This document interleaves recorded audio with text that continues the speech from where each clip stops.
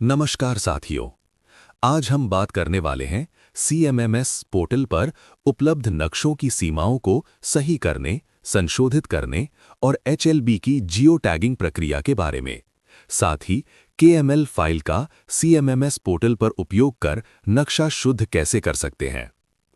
सबसे पहले समझते हैं कि नक्शे की सीमाओं को बदलने की जरूरत क्यों पड़ती है।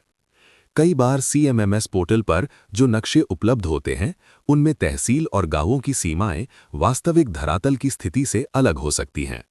ऐसी स्थिति में यदि हम बिना जांच किए उसी नक्शे के आधार पर काम करते हैं, तो HLB यानी हाउस लिस्टिंग ब्लॉक पूरी तरह प्रभावित हो सकता है।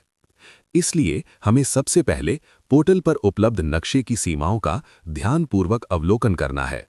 हमें यह देखना जरूरी है कि नक्शे में जो तहसील और गांवों की सीमाएं दिखाई गई हैं, क्या वे वास्तव में जमीन पर भी वैसी ही हैं या नहीं। यदि सीमाओं में अंतर पाया जाता है, तो नक्शे को सही आकृति के अनुसार संशोधित करना जरूरी होता है।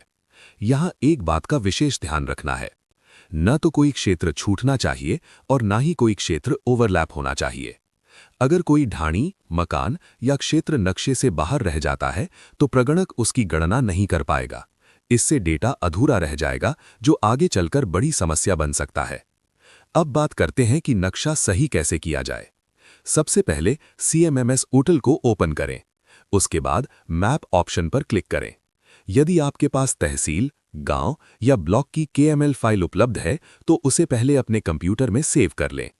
अब इस KML फाइल को पोर्टल पर अपलोड करना है। इसके लिए ऐड डेटा के आइकॉन पर क्लिक करें, फिर ब्राउज़र ऑप्शन चुनें। अब अपनी सेव की हुई KML फाइल को सिलेक्ट करें और उसे अपलोड कर दें। फाइल अपलोड होने के बाद उसे सिलेक्ट करें और उसका लेबल, नाम आदि सेट करें। इसके बाद ट्रांसपेरेंसी को 0 पर सेट कर दें ताकि नक्शा स्पष्ट दिखाई दे। अब आप देखेंगे कि पोर्टल पर दो नक्शे दिखाई दे रहे हैं, एक पोर्टल का मूल नक्शा और दूसरा आपके द्वारा अपलोड किया गया KML नक्शा।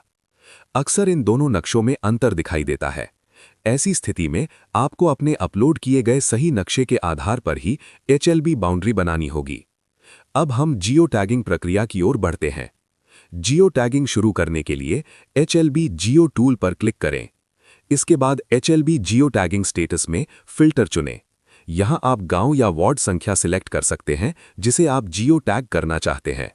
फिर दी गई HLB सूची में से HLB संख्या या गांव चुनें।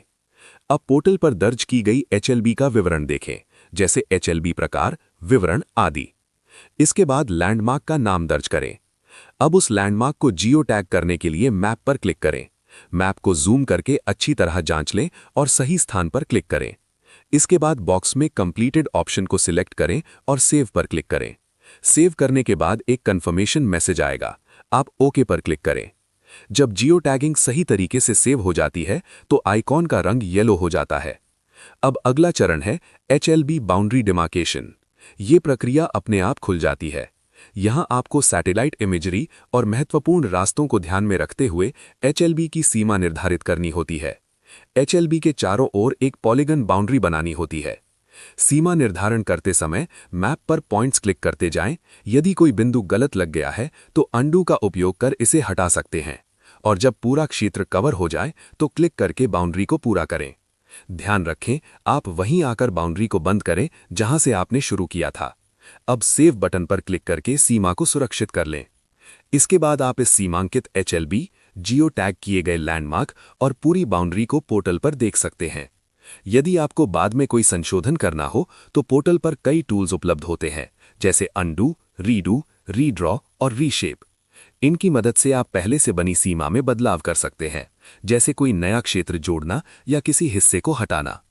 अंत में एक बार फिर महत्वपूर्ण सावधानियों पर ध्यान दें। नक्शा हमेशा वास्तविक स्थिति के अनुसार होना चाहिए, कोई भी क्षेत्र छूटना नहीं चाहिए और ओवरलैप बिल्कुल नहीं होना चाहिए। सही नक्शा ही सही डेटा की गारंटी है। धन्यवाद।